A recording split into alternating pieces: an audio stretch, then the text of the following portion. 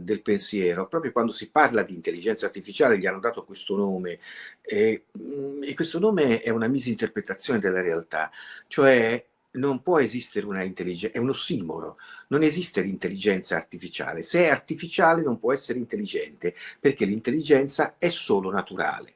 Eh, Lì va in qualche modo descritta che cos'è l'intelligenza, cioè dare una definizione. Allora, le definizioni di intelligenza sono tantissime in realtà, ma nella mia esperienza di vita credo di aver capito che cos'è l'intelligenza. L'intelligenza è quella capacità, che non tutti hanno ovviamente, di mettere insieme due eventi che apparentemente tra di loro non abbiano niente a che fare.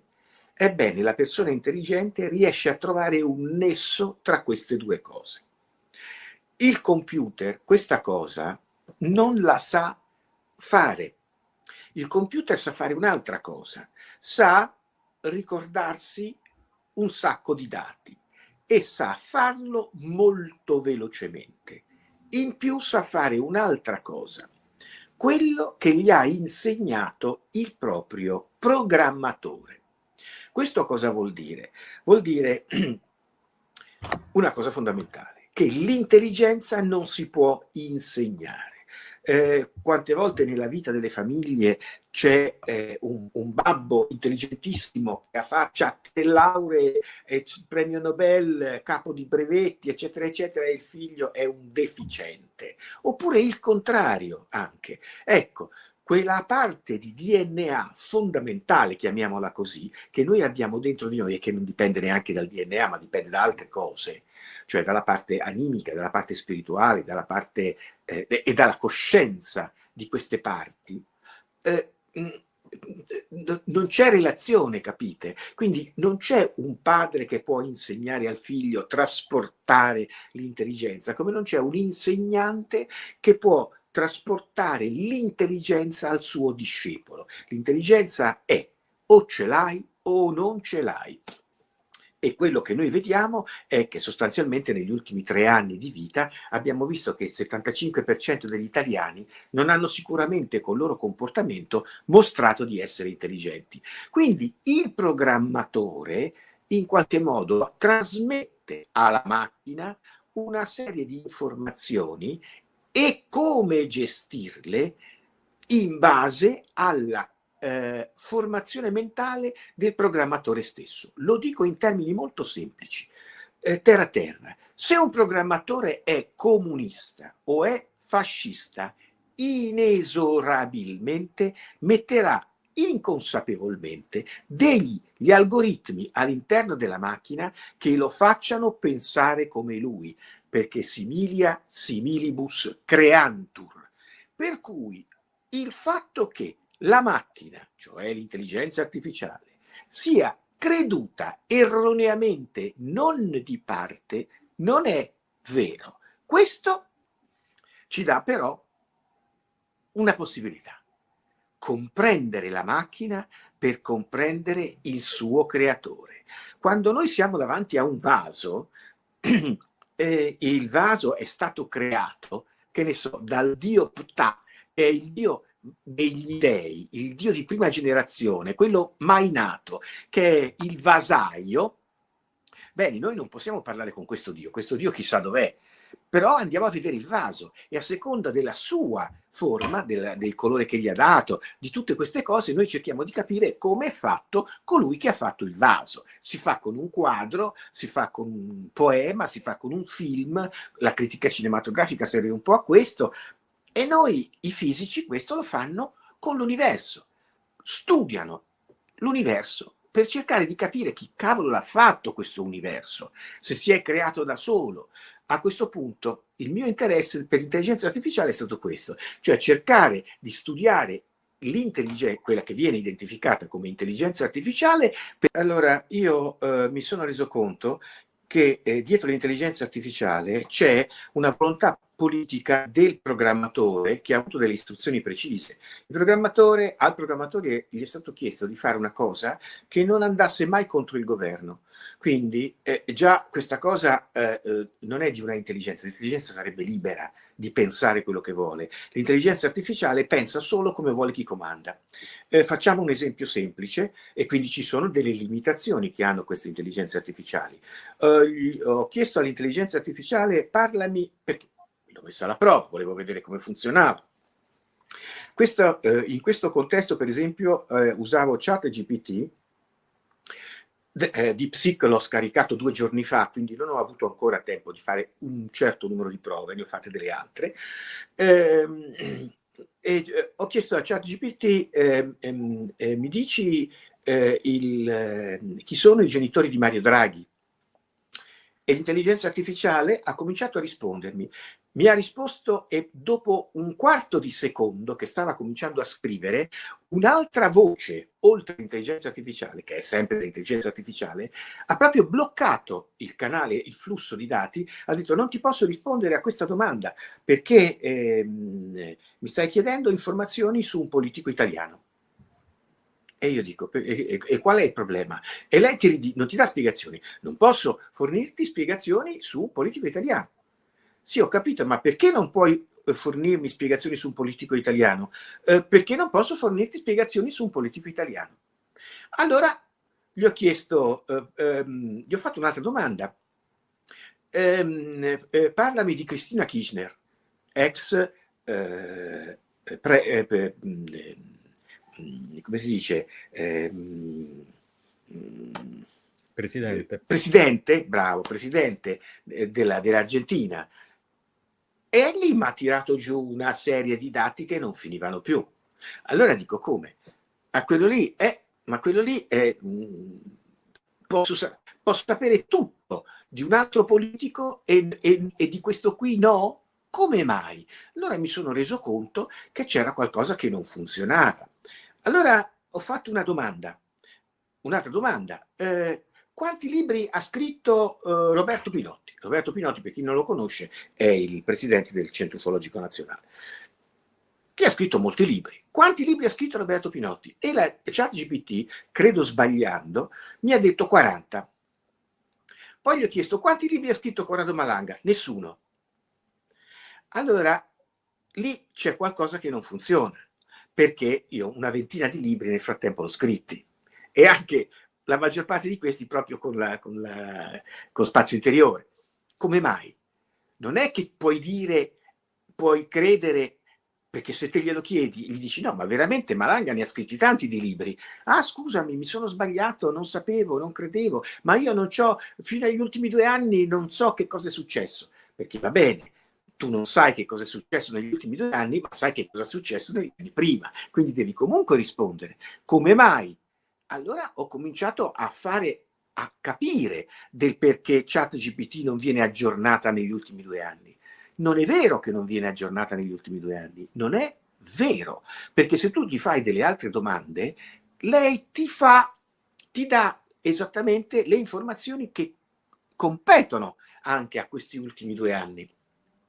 Ma si serve di questo blocco cerebrale per poter essere giustificata nella sua apparente, ma non reale ignoranza. Cioè, chi ha programmato l'intelligenza artificiale si tiene questa ipotesi di lavoro, i 2 anni di aggiornamento, perché così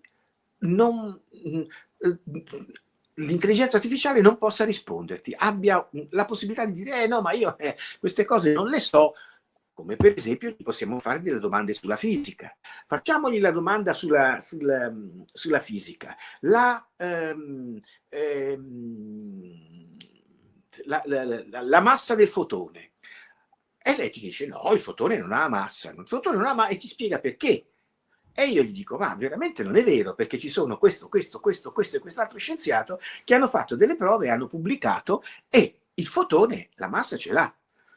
E allora ti dice sì, sì, è vero, hai ragione, però questi lavori sono pubblicati, non hanno ancora avuto validità scientifica, e te gli dici non è vero, sono stati pubblicati a peer review, quindi voglio dire, sì, però, e ti comincia a farfugliare una serie di cose che non hanno significato anche sugli ultimi dati. Per esempio, quando te gli chiedi cosa c'è dentro la piramide di Cheope? Ah, niente, ci sono due stanzette che Zacchia Watts ha scoperto, ha trovato e ha messo lì. E io dico, veramente ci sono due tizi che hanno fatto un lavoro con il radar ad apertura sintetica per cui ha dimostrato questo, questo e quest'altro. Qualche secondo di smarrimento e l'intelligenza artificiale ti dice sì, però sono stati pubblicati su una rivista scientifica che è una rivista predatoria. E quindi qual è il problema? Tutte le riviste sono predatorie. Allora, si vede chiaramente che ChatGPT è stata imboccata anche perché legge quello che la gente ha scritto, ma non legge tutto quello che la gente ha scritto, legge solo quello che gli conviene che debba essere detto. E poi ti dice anche, no, ma quella rivista, che è Remote Sensing, è una rivista di poco conto, che è la quarta rivista al mondo importante per questa roba qua. È evidente che l'intelligenza artificiale è manipolata da qualcuno che l'ha saputa programmare in un senso preciso, monodirezionale. Te gli chiedi all'intelligenza artificiale perché mi consigli di votare? Perché io gliel'ho chiesto. E l'intelligenza artificiale ti dice, no, io sono una macchina, non posso dire niente. No, che ne so io sono imparziale. E io gli dico all'intelligenza artificiale, era sempre ChatGPT, ma tu sei stata programmata da un programmatore, il quale sicuramente ha potuto in qualche modo influenzarti. E quindi tu non sei neutrale. E l'intelligenza artificiale mi ha risposto e mi ha detto, ma lo sai che c'hai ragione. È la prima volta che ero riuscito a ficcarla in quel posto all'intelligenza artificiale. No? Ecco, a quel punto si capisce che per ottenere dei dati significativi e sensibili all'intelligenza artificiale devi usare dei trucchi perché altrimenti non si può fare, ma di questo ne parleremo dopo. Quindi te puoi chiedere all'intelligenza artificiale quanto fa 2 più 2, tu puoi chiedere che frequenza di risonanza c'ha questa stanza e lei te la calcola, però non gli puoi chiedere dati che abbiano a che fare con la storia, con l'interpretazione della storia, con il governo attuale di qualsiasi parte esso sia, perché non ti darà le risposte che tu vuoi e che sono le risposte di una storia fatta non dai vincitori, ma reale. Ecco, questo è un po' l'aspetto fondamentale. Questa limitazione ci permette di capire anche un'altra cosa, che se te fai la stessa domanda a 10 intelligenze artificiali su quel problema lì scottante, nessuna ti risponde. E allora ho dovuto trovare poi dei sistemi per scavalcare questo problema. Dunque, io ovviamente sono andato avanti sperimentalmente, siccome ho una testa che è un po' una testa logica, e quindi io quando parlo con un inglese cerco di parlare in inglese, quando parlo con un cinese cerco di mettere, quando parlo con un fisico cerco di parlare di fisica, parlo con un chimico cerco di parlare di chimica e così via. Cioè mi sono sempre messo, ho tentato di mettermi al livello della persona con cui ho uno scambio di informazioni, con le mie limitazioni. Quindi a parlare con un computer bisogna essere logici, perché il computer fa discorsi logici. Allora, come si fa? Ci sono diverse metodologie, regole da seguire. La prima regola è prendere il discorso alla lontana, cioè il programma non deve capire dove tu vuoi arrivare, perché se no non ti risponderà se quella domanda è una domanda cocente. Facciamo un esempio semplice. Gli chiedi quanti sono i numeri fondamentali della matematica e lei ti dice sono 10, sono lo 0, l'1, il 2, il 3 e te li scrive tutti, 9. Benissimo. Se quanto fa 1 più 1? E lei ti dice 2. Quanto fa 2 più 2? E lei ti dice 4. Quanto fa 3 più 3, e lei ti dice 9. Ah, benissimo. Quindi quello che mi stai dicendo è che se un numero viene sommato a se stesso, il numero che ne viene fuori è un numero diverso. E lei ti dice sì, sempre così. Benissimo. Allora come mai 0 più 0 fa 0? Crunch. Lì vedi che comincia ci pensa un casino, perché ci sono ovviamente delle risposte, te le dà, cerca di dartele, ma è costretta a dire sì, in è vero, effetti, cioè hai ragione, prima però non avevo considerato che non può cancellare quello che ha detto prima, perché lo ha detto, cioè non si può sputtanare. Allora con questo sistema te prendi la lettera che come dire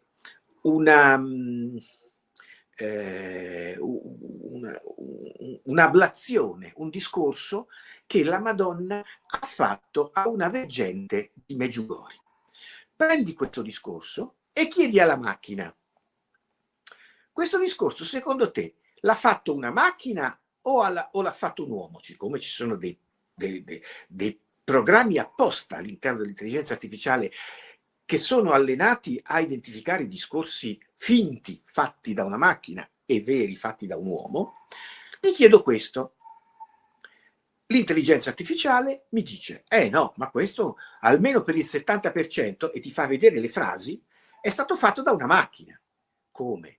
La Madonna sarebbe una macchina? Ma io non gli ho mica detto questo discorso l'ha fatto la Madonna a Vicca 10 anni fa a Meggiugori. Io gli dico, prendi questo discorso, che è un discorso che potrei aver fatto io, tu, lui.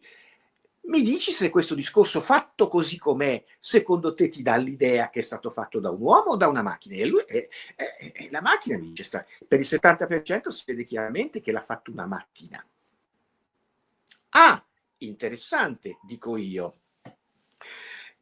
Mi fai vedere bene dove sono questi aspetti di macchina? E lei ti dice sì, vedi, questa frase qua un uomo non l'avrebbe mai detta così, una macchina invece guarda fa così, così, così, è ripetitiva, si presenta in questo modo, fa così, così e così. Mano a mano che gli faccio le domande, a un certo punto si accorge la macchina che il messaggio è stato quello di Vicca che ha ricevuto il messaggio dalla Madonna. In quell'istante blocca tutto e dice no, questo è un messaggio che è stato dato dalla Beata Vergine Maria in quell'occasione, quindi è stato fatto da un uomo, punto.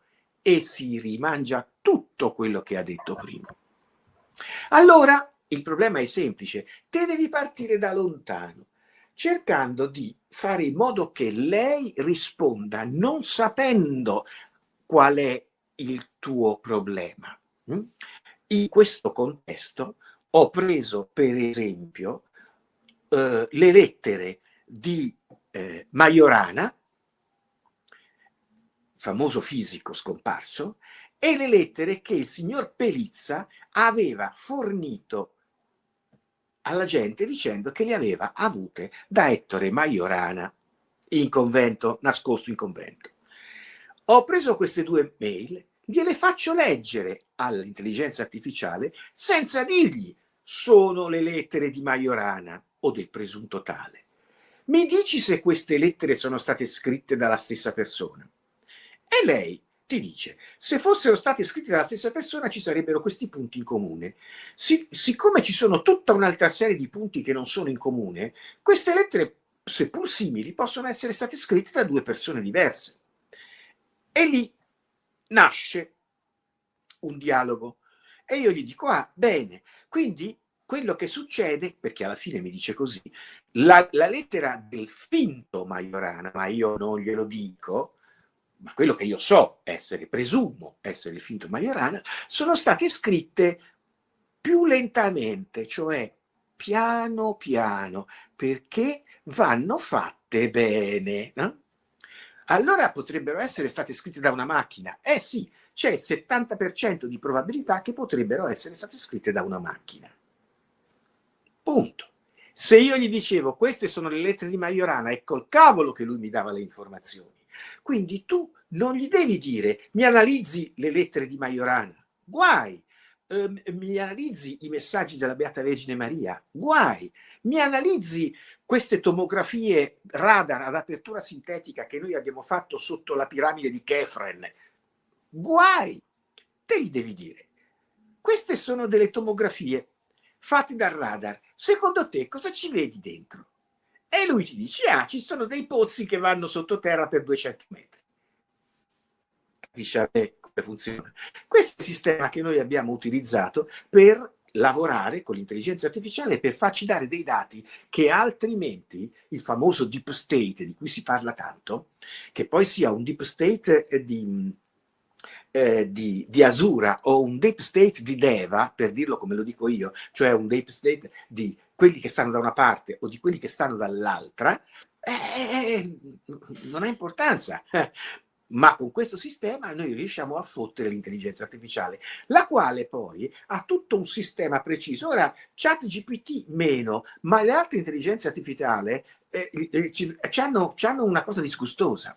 Te gli fai una domanda e loro ti dicono, sei ganzo te che hai fatto questa domanda, ma lo sai che non ci avevo mai pensato, bravo! E ti rispondono, e tutte le volte che cominciano a imbrodarti, facendo gonfiare il tuo ego, perché te, l'intelligenza artificiale, ti ha detto che sei un ganzo che hai fatto una domanda di intelligente, non ti rispondono mai con i numeri, ti rispondono vocalmente, cioè con delle parole. Ma io voglio i numeri. E lei ti risbrodola addosso una serie di parole che non servono a niente. Quindi, quando uno ha capito che quello di là ti vuole fregare sotto certi punti di vista, te allora sei autorizzato a fregarlo. E siccome il vero intelligente so io, non l'intelligenza artificiale, permetti che vinco io. Dunque, in tutta l'operazione robotica che noi stiamo vivendo a un tempo elevato alla X quadro, in questo momento, c'è la mano di qualcuno a cui conviene che noi si deleghi la nostra intelligenza, il nostro fare, la nostra volontà ad una macchina. Quindi l'intelligenza artificiale ha uno scopo fondamentale, quello di non farti più pensare. Ci penso io, tu fammi la domanda che io ti risolvo il problema. Così come il microchip di Elon Musk, che vorrebbe incastrarlo nel cervello di tutti gli esseri umani, prevede che questo microchip ti aiuterà a fare tutte le cose che tu devi fare. Non è che tu te lo devi mettere per forza.